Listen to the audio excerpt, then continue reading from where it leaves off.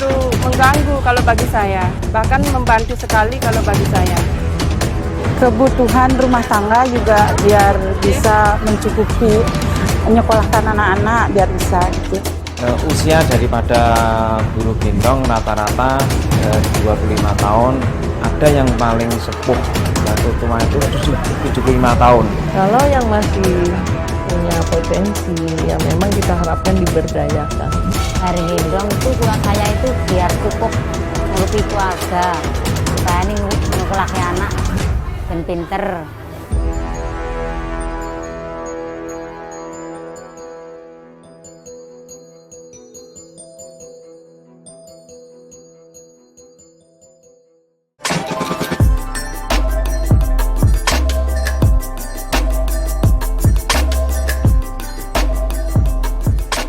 Bu, suwun barangnya nggih?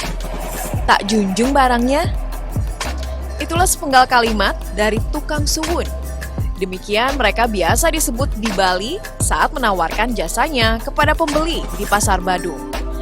Jasa membawakan barang belanjaan milik pembeli dalam sebuah keranjang bumbu besar dengan cara dijunjung atau dibawa di atas kepala. Biasanya tarif per keranjang sebesar Rp5.000, tak kurang lebih dari 65 kg. Keranjang berisi sayur mayur, buah-buahan, hingga beras dapat dijunjung tukang suwun yang semuanya kaum hawa ini. Semakin hari kebutuhan semakin meningkat. Hal ini membuat hati perempuan bergerak untuk ikut bekerja mencari tambahan pendapatan. Menopang perekonomian keluarga menjadi alasan utama perempuan di Bali memilih pekerjaan sebagai tukang suwun. Ketut Switi, satu di antaranya, suami dari perempuan 51 tahun ini bekerja serabutan sebagai kuli bangunan dengan pendapatan harian yang tak menentu. Demi memastikan asap dapur tetap mengepul dan kelanjutan pendidikan bagi keempat anaknya, Ketut menjadi tukang suwun sejak 15 tahun silam. Tunggara dapat tapi nggak banyak, kadang-kadang ya kalau sepi dapatnya dikit, kalau rame ya kadang-kadang 70 atau 80, tetapi kebanyakan sepinya musim sekarang. Oh, kerja Senin sampai Minggu? Nggak ada liburnya kalau nggak ada upacara.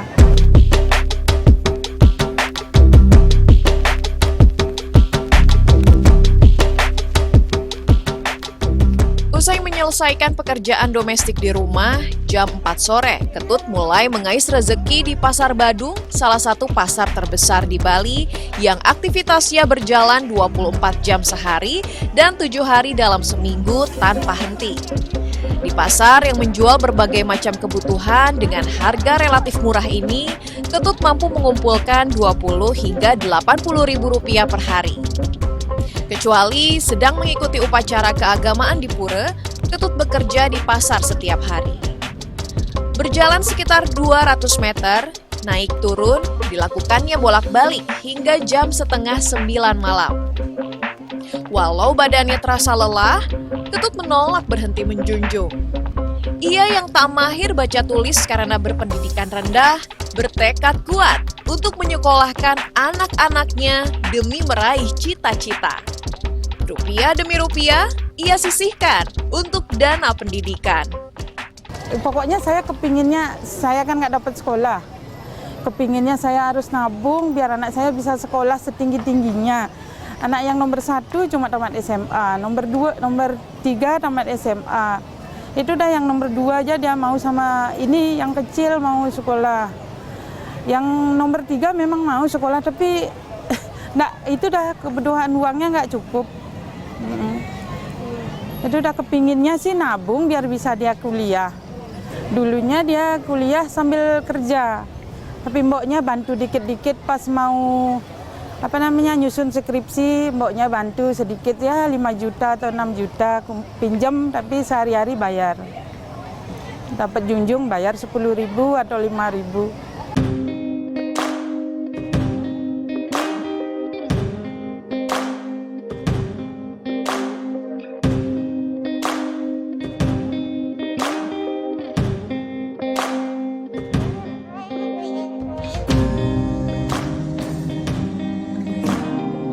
berpeluh tanpa mengeluh. Tak saja dijalani para tukang suwun demi meningkatkan kualitas hidup keluarganya, tapi juga berkontribusi bagi masyarakat sekitar. Lihat saja bagaimana para konsumen atau orang-orang yang berbelanja di pasar terbantu dengan keberadaan tukang suwun. Kalau saya sih justru membantu, Bu. Saya kan udah tidak terlalu kuat untuk menggendong ataupun mengangkat. Kalau saya itu kalau pas rame-ramenya kita kan keburu-buru nyari barang, jadinya dia itu justru membantu saya cepat waktunya kita itu untuk pulang gitu. Dan dia bukan untuk gini, bukan justru mengganggu kalau bagi saya, bahkan membantu sekali kalau bagi saya.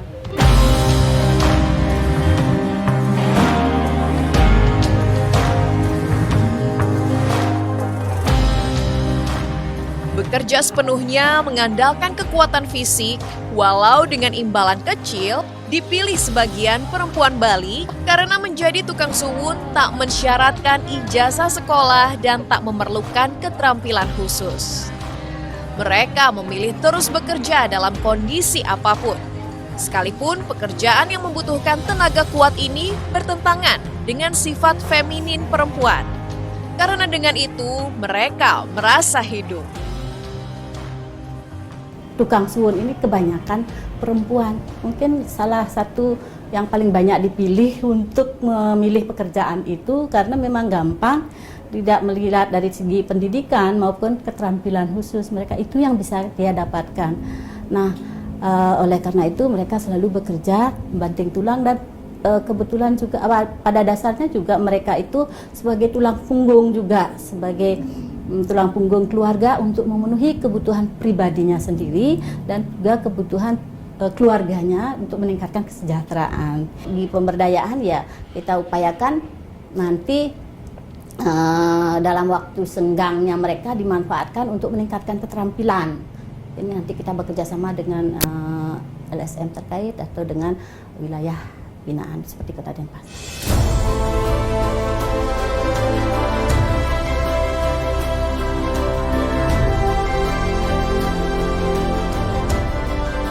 Tak semua perempuan pekerja pasar bekerja untuk menambah penghasilan suami yang tak mencukupi pemenuhan kebutuhan sehari-hari. Sebagian bahkan menjadi tulang punggung keluarga, seperti kisah buruh gendong di Pasar Beringharjo, Yogyakarta.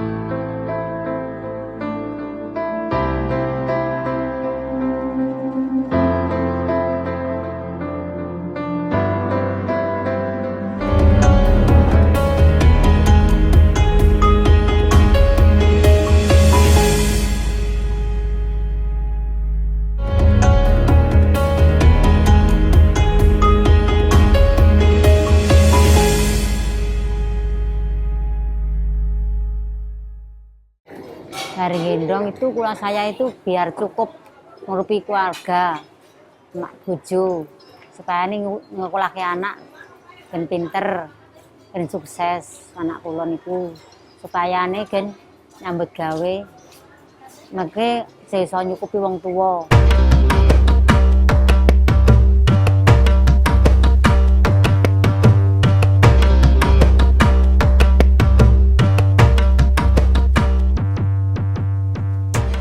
Perkenalkan, ini adalah Wahiem. Perempuan kelahiran tahun 1970 ini telah bekerja sebagai buruh gendong. Demikian buruh yang bekerja di pasar biasa disebut di Yogyakarta sejak masih berusia 12 tahun. Himpitan ekonomi memaksanya meninggalkan bangku sekolah untuk membantu orang tua dengan menjadi pekerja pasar.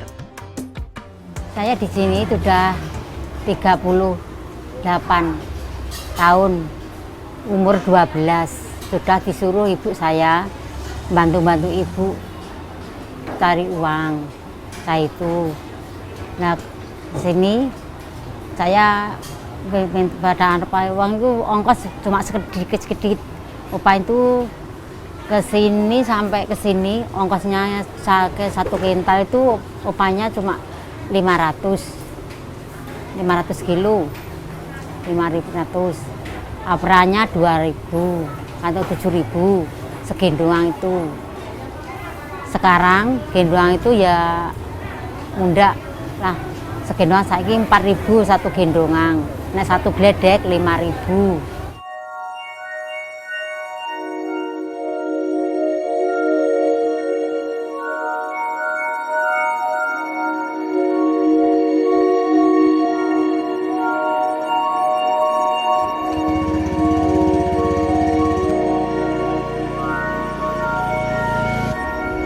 Setiap hari, Wahiem berangkat kerja ke pasar jam 3 subuh saat kebanyakan orang masih tidur terlelap. Setibanya di pasar Beringharjo dengan sigap, Wahiem yang tak pernah melepaskan lilitan kain jarit sebagai pengikat keranjang ke punggungnya, mulai bekerja. Dalam sehari, Bu Pendek, demikian ia akrab dipanggil, bisa menggendong barang hingga 3 kintal. Upah yang diterima berkisar Rp50.000 saat aktivitas pasar sepi, Rp100.000 saat aktivitas pasar ramai. Wahiem yang berperawakan mungil ini tak hanya menggendong barang belanjaan milik konsumen atau pembeli, tapi juga hasil bongkar muat mobil-mobil pedagang maupun pemasok.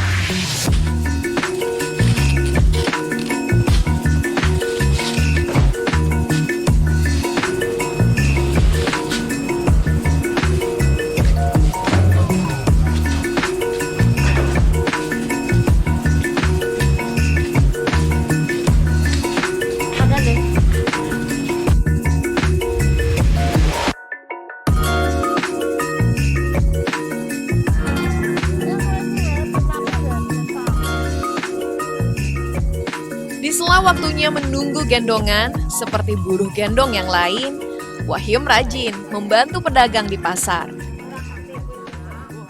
Kita sebagai pedagang itu harus bersama dengan buruh gendong.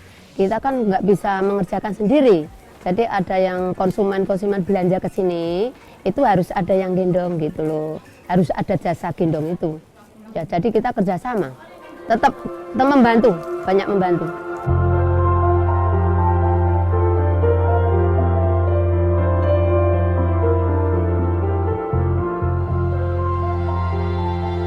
Kerja kerasnya Wahiem.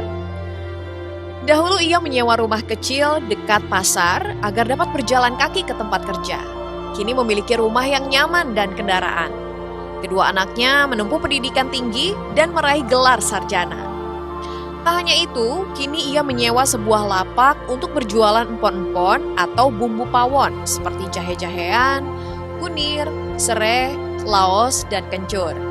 Namun Wahiem enggan berhenti bekerja, meskipun kelelahan telah menghampirinya sejak 38 tahun lalu. Kalau segini, saya mangkat jam 3, mandi, tangi bangun mandi, berangkat ke pasar sini, terus ada kerjaan, langsung gendong. Jam 3 atau masuk sini jam 3.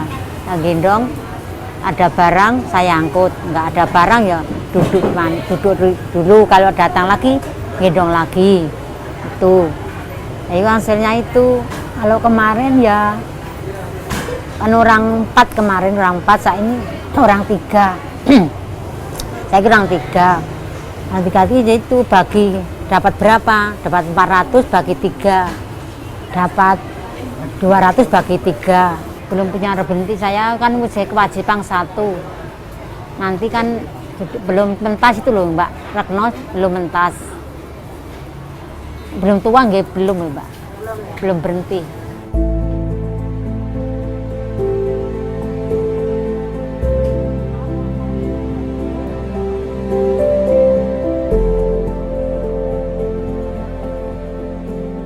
Ya, sebanyak 215 buruh gendong perempuan berusia 25 hingga 75 tahun di Pasar Beringharjo bernaung dalam sebuah paguyuban bernama Sayuk Rukun.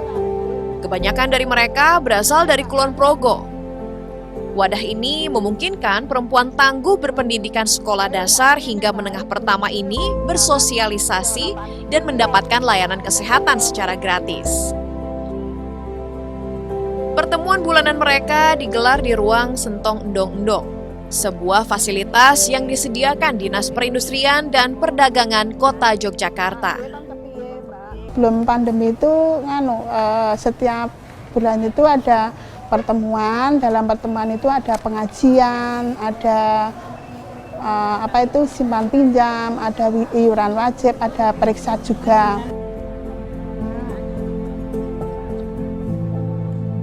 Seperti namanya, hubungan di antara buruh gendong perempuan di pasar kebanggaan warga Yogyakarta itu terjalin harmonis. Mereka berbagi rezeki, bahkan saling menolong. Itu ya teman juga, nanti yang ikut siapa, nanti yang itu yang minta uang upah itu siapa, nanti dibagikan ke teman-teman. Iya, nggak usah ya. Enggak, kalau di sini Mbak, misalkan teman-teman ibu-ibu itu ada gendongan 1, 2, temannya 5, nanti gantian Mbak. Karena kami harus memberi nama sayuk rukun itu, kita harus rukun, tidak boleh bertengkar, tidak boleh rebutan, intinya saling pengertian gitu. Di rumah kami ada pengrajin, terus kami sering dipeseni sama pedagang Beringharjo, saya disuruh bawakan, saya membawa sedikit-sedikit nanti buat tambahan kami, dan teman-teman kami pun banyak juga yang sering jualan seperti apa ini, kerupuk ini ya penjual buruh gendong ini buat sampingan, terus nanti keliling mengelilingkan buah jeruk, terus nanti ada yang bikin makanan di rumah dibawa ke sini. Sebelum kerja itu kami menjual makanan untuk tambah.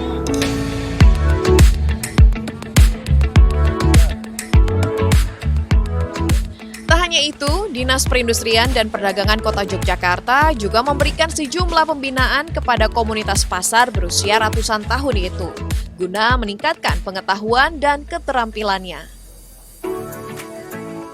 Keterampilan dan juga pelatihan yang kami berikan tidak semata-mata hanya untuk pelatihan bagaimana cara untuk menggendong yang dengan baik, tetapi juga pelatihan lain yang nantinya sebagai bekal apabila nanti sudah bisa, itu akan keluar dari zona sebagai buruh gendong begitu, sehingga mereka nanti juga dapat berkarya tidak hanya di pasar Beringharjo ini, tapi juga dapat berkarya di tempat yang lain. Banyak dari mereka, anak-anak mereka sekolah yang tinggi-tinggi dan dapat bekerja lebih daripada orang tuanya sebagai buruh gendong. Itu harapan kita, memang buruh gendong nanti dapat meningkatkan kehidupan agar kehidupan keluarganya menjadi yang lebih baik dan lebih layak.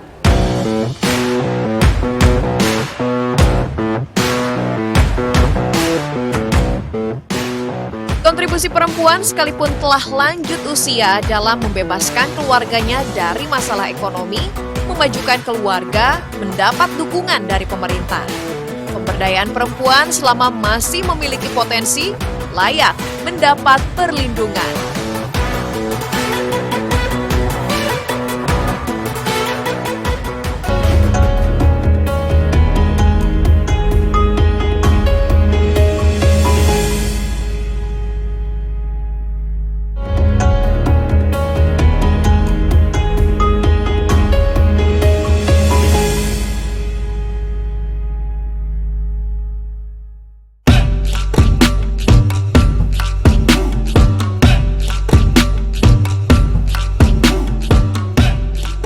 Pekerjaan sebagai tukang suwun maupun buruh gendong kerap menjadi solusi bagi seseorang dengan keterbatasan ekonomi dan pendidikan rendah, termasuk perempuan.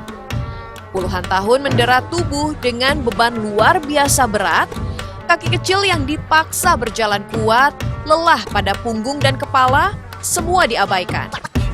Ya, Perempuan berkontribusi besar terhadap ketahanan keluarga, baik secara fisik seperti sandang, pangan, papan, pendidikan, dan kesehatan, maupun secara sosial seperti pembagian peran, kebersamaan keluarga dan interaksi sosial, serta secara psikologis seperti partisipasi menanggulangi masalah. Mereka menjalankan peran ganda demi satu harapan, meningkatkan kesejahteraan dan kualitas hidup keluarganya. Pendidikan bagi anak-anak tumpuan harapan di masa depan pun dipercaya menjadi kuncinya. Melihat tak sedikit wanita lanjut usia yang masih bekerja, pemerintah tak serta-merta menentangnya. Jadi masih banyak yang tidak setuju kalau kami mengatakan bahwa lansia juga harus bekerja. Karena ada yang menganggap bahwa ya pada masa usia tuanya jangan dibebani lagi. Nah di sini kita lihat juga ada yang usia 60 itu masih produktif ya. 60, 70 masih produktif. Kemudian ya ada yang bed rest gitu. Yang sudah tidak bisa melakukan aktivitas misalnya. Nah, kalau yang masih punya potensi, ya memang kita harapkan diberdayakan sesuai potensi dan kemampuannya.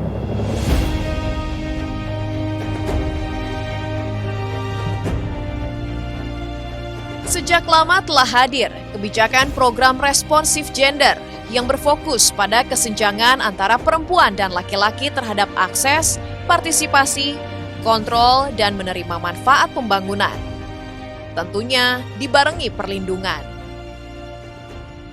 Jadi KPPPA punya peraturan Menteri PPPA nomor 24 tahun 2010 tentang model perlindungan lanjut usia yang responsif gender. Nah, dalam model ini bagaimana lansia itu diberdayakan di semua bidang, ya. Kalau selama ini kita lihat bidang agama, bidang kesehatan, senam, segala macam sudah bagus ya, tapi ada pemberdayaan ekonomi juga. Yang dimaksudkan di sini adalah bagaimana dia diberdayakan sesuai potensi dan kemampuan.